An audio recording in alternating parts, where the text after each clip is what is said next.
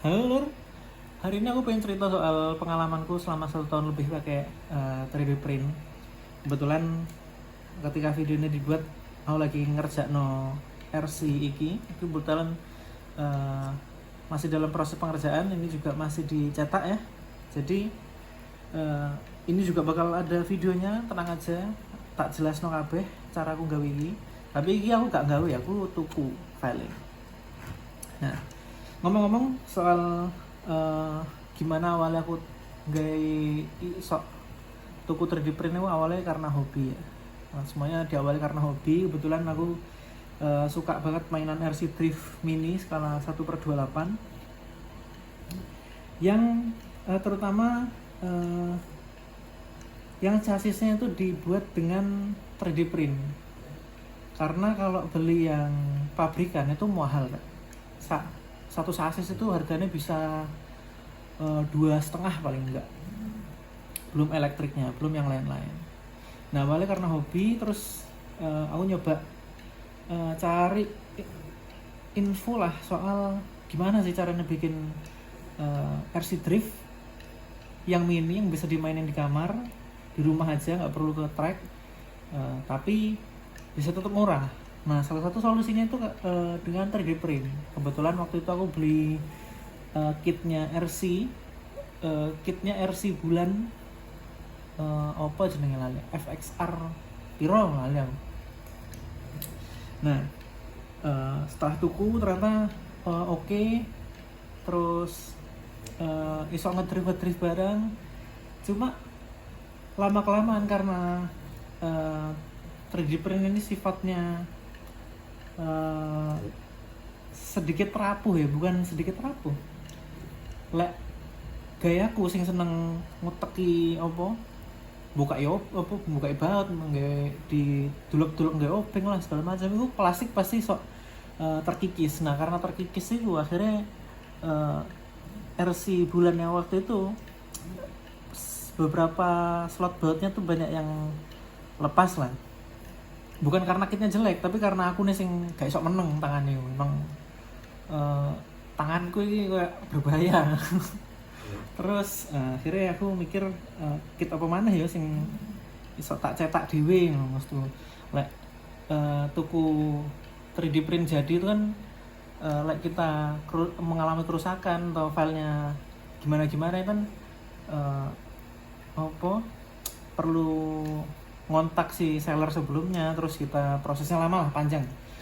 Pada akhirnya aku memutuskan untuk beli file 3D print sendiri yang tak cetak pakai jasa printing online. Kebetulan jadi, tapi bukan yang ini versi yang paling baru yang sudah tak upgrade pakai mesin cetakku sendiri. Nah yang waktu itu warna orange, mirip kayak body ini.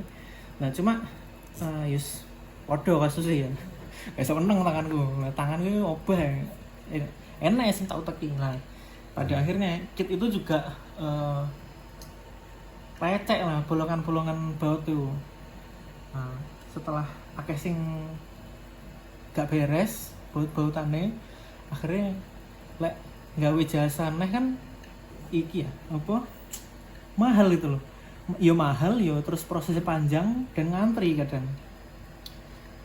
Begitu barangnya sampai, kadang ada beberapa part tuh yang gak sesuai harapan, enak sing kasar lah, bagian supportnya gak dijabuti, kadang malah terlalu lengket karo support, tadi gak bisa dilepas sama sekali. Akhirnya beberapa bulan setelah berpikir cukup panjang, enak lah lek 10 menit setelah berpikir panjang akhirnya tuku mesin 3D print. Ini kebetulan aku gawe Kingrun KP3S. Ini umurnya udah 2 tahunan. Nah kurang lebih kayak ngono penampakannya. Like pengen review lengkap kapan-kapan ya lah ya. Nah setelah tuku Kingrun ini mulailah aku nyetak di setahun pertama aku belajar mainan 3D print ini ya. 70% waktu di awal-awal itu ini setting bed level. Ini masalah klasik semua printer 3D yang belum otomatis bed levelingnya. Karena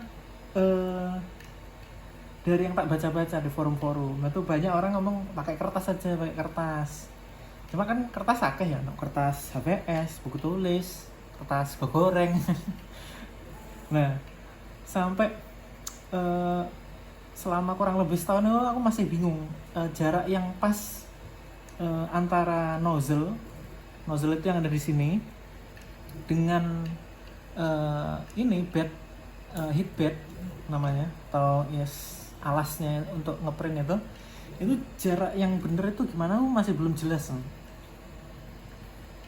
Lek terlalu tinggi tinta si filamen nggak nempel, lek terlalu nempel ke bed si nozzle itu hasilnya tuh jelek banget, kayak jembret kabeh kok telek. Karena hal itulah selama setahun pertama project yang bener-bener jadi dan ada bentuknya cuma 2 atau 3, yang beneran kepajang mungkin cuma 2. Terus sampai pada akhirnya aku nemu satu cara atau satu kertas yang menurutku paling cocok, yaitu kertas mana ya? Nah, kertas stroke dari minimarket. Ini menurutku tipisnya pas, terus kurang lebih beberapa bulan terakhir pakai ini terus dan nggak pernah ada masalah ngubah-ngubah bed level setiap kali harus mau ngeprint. Dan ini aman banget, murah karena kita cuma perlu belanja, kadang kita jajan terus dapat itu gratis ya kan, jadi nggak usah mikir nyarinya gimana. Dan alhamdulillah sampai hari ini belum menemukan masalah yang gimana dan bisa ngeprint sampai ukuran yang sangat besar sekalipun. Ini ada satu hasil print yang ukurannya lumayan gede untuk printer sekecil ini ya. Ini ukurannya cuma 18 x 18 cm, tingginya mungkin di 20-an cm. Dan ini ukurannya hampir sebesar telapak tangan, gede banget ini. Nah, biasanya yang tak print itu kecil-kecil, cilik-cilik deh. Nah, kayak gini loh. Ini kan part kecil-kecil. Dan ini kegagalannya banyak banget ini. Kegagalannya bolak-balik dan kegagalannya tuh kurang lebih mirip-mirip. Miripnya gimana? Jadi di antara satu ukuran bed ini ada satu bagian yang nggak nempel. Nah, dan akhirnya yang bisa tak print waktu itu ya kecil-kecil. Ini kan umpama dipecah terus ditaruh di bed semua tuh insya Allah cukup. Nah tapi karena bed levelingku jelek, akhirnya aku cuma bisa ngeprint tuh mungkin satu part, ini lagi, dan itu prosesnya lama banget, harus mecah-mecah file dan segala macam tuh capek ya. Nah pada awal-awal ngeprint itu, hasil print pertama aku tuh setelah bisa setting bed level ya, perasaan gue jago lah, aku isok lah nyetak ya. Setelah baru tak cetak, aku lali lah. File yang waktu itu harus tak cetak itu perlu support. Nah karena support TK di program dari slicernya, akhirnya si hasil printer itu ambruk kayak spaghetti.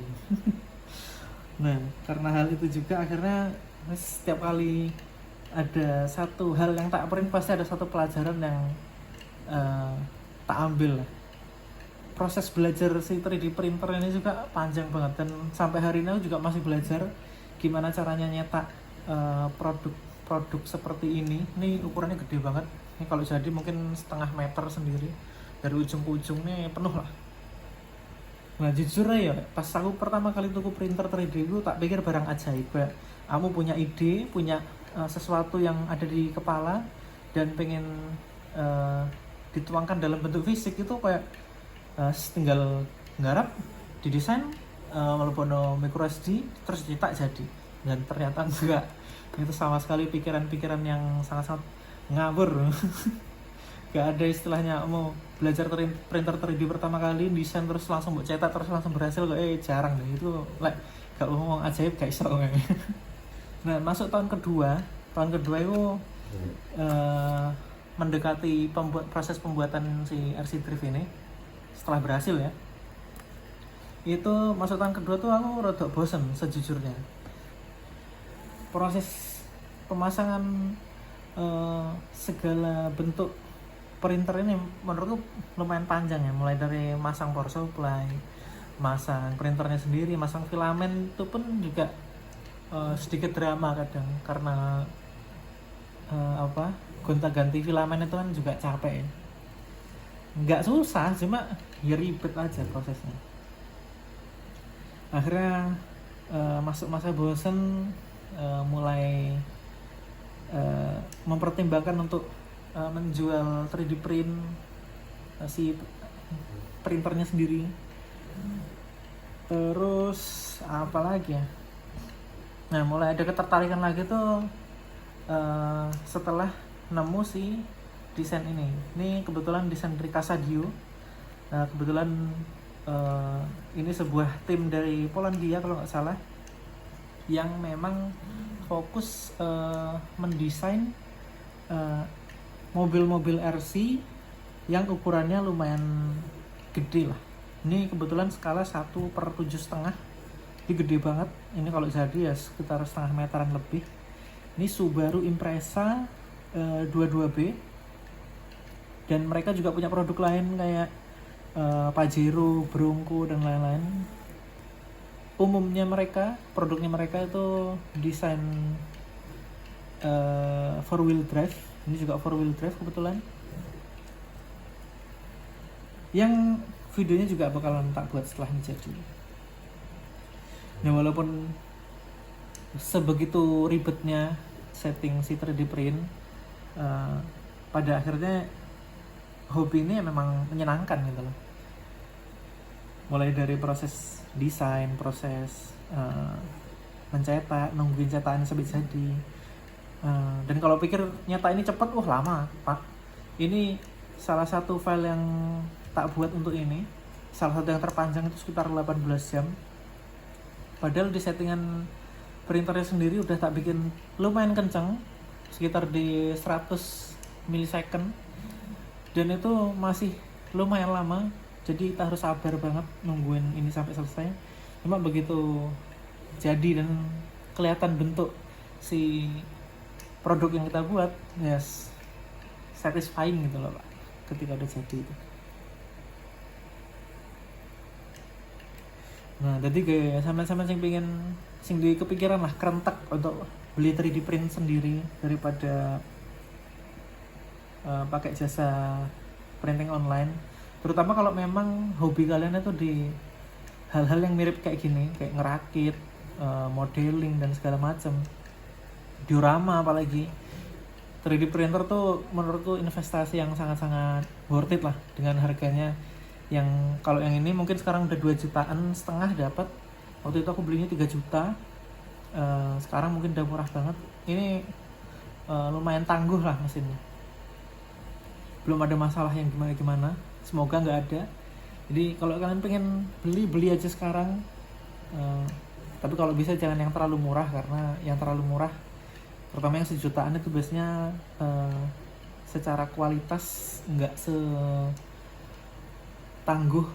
Jadi kan kalau 3D printer perlu bahan yang kokoh ya, jadi tolong pertimbangkan itu juga. Tapi kalau mau beli aja, nggak usah pikir-pikir panjang, beli, coba dan rasakan sendiri. Kalau emang nggak cocok kan bisa dijual lagi, toh harganya harusnya nggak terlalu jatuh